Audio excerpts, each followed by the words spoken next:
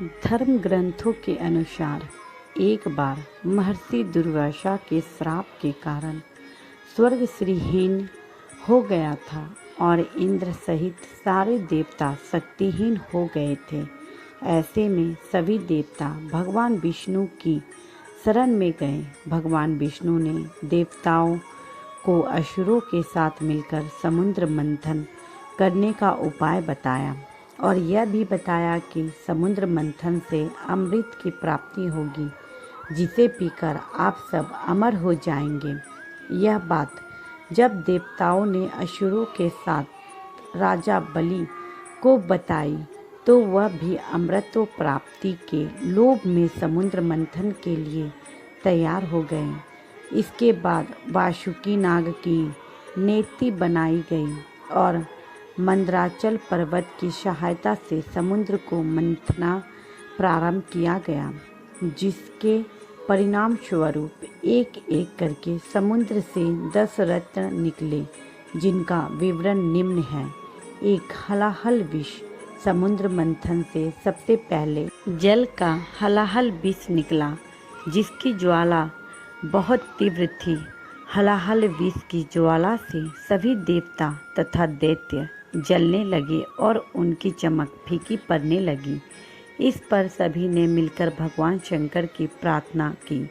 देवताओं तथा असुरों की प्रार्थना पर महादेव शिव उस विष को हथेली पर रखकर उसे पी गए, किंतु देवी पार्वती ने विष को नीचे नहीं उतरने दिया। अतः हलाहल विष के प्रभाव से शिव का कंठ नीला पड़ गया, इसलिए महादेव को नीलकंठ भी कहा जाता है।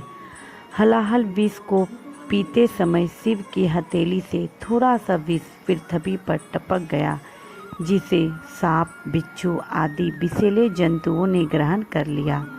2. कामधेनु गाय। हलाहल विष के बाद समुद्र मंथन से कामधेनु गाय बाहर निकली। वह अग्निहोत्र की सामग्री उत्पन्न करने वाली थी, इसलिए ब्रह्मवादी ऋषियों ने उसे ग्रहण कर लिया। कामधेनु का वर्णन पौराणिक गाथाओं में एक ऐसी चमत्कारी गाय के रूप में मिलता है जिसमें दैवीय शक्तियाँ भी और उसके दर्शन मात्र से ही लोगों के दुख व पीड़ा दूर हो जाती थी। यह कामधेनु जिसके पास होती थी उसे हर तरह से चमत्कारिक लाभ होता था। इस गाय का दूध अमृत के समान माना जाता था। जैसे देवताओं में भगवान विष्णु, सरोवरों में समुद्र, नदियों में गंगा, पर्वतों में हिमालय, भक्तों में नारद, सभी पुराणियों में कैलाश, संपूर्ण क्षेत्रों में केदार क्षेत्र, भी गायों में कामधेनु सर्वश्रेष्ठ है। 3. उच्चैश्रवा घोड़ा। समुद्र मंथन के दौरान तीसरे नंबर पर उच्चैश्रवा घोड़ा निकला। पौराणिक धर्म ग्रंथों और हिंदू मान्यताओं के अनुसार इसे देवराज इंद्र को दे दिया गया था।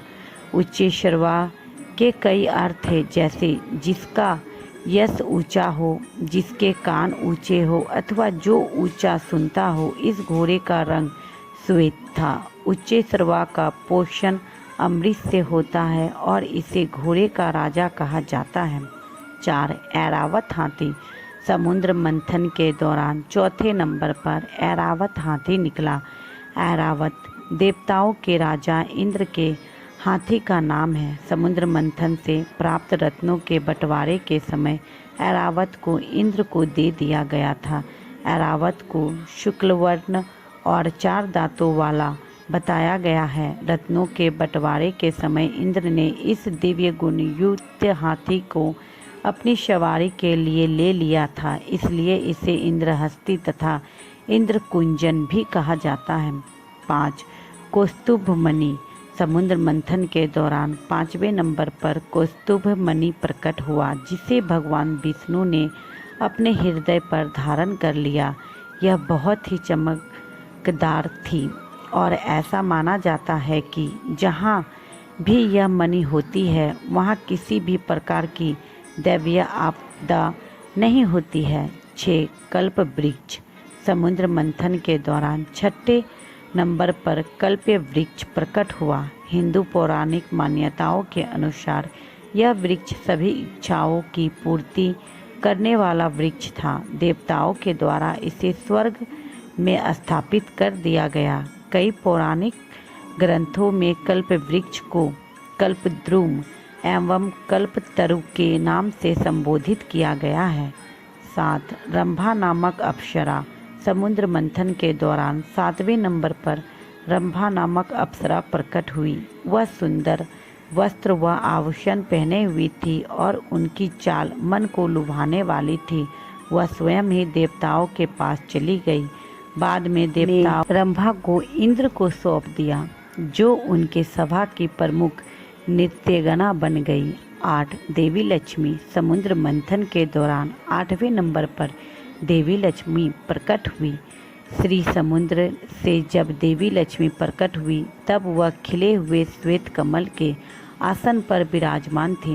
उनके श्री अंगों से दिव्य क्रांति निकल रही थी और उनके हाथ में कमल था। देवी लक्ष्मी को देखकर असुर देवता ऋषि आदि सभी चाहते थे कि लक्ष्मी उन्हें मिल जाए, लेकिन लक्ष्मी ने स्वयं ही भगवान विष्णु का वर्णन कर लिया। 9. वारुणी अर्थात मंदिरा। समुद्र मंथन के दौरान 9वें नंबर पर वारुणी प्रकट हुई। भगवान विष्णु की अनुमति से इसे दैत्यों ने ले लिया। वास्तव में वारुणी का अर्थ मदिरा है और यही कारण है कि दैत्य हमेशा मंदिरा में डूबे रहते हैं। 10. चंद्रमा। समुद्र मंथन के दौरान 10वें नंबर पर चंद्रमा प्रकट हुए, जिन्हें भगवान शिव ने अपने मस्तक पर धारण कर लिया।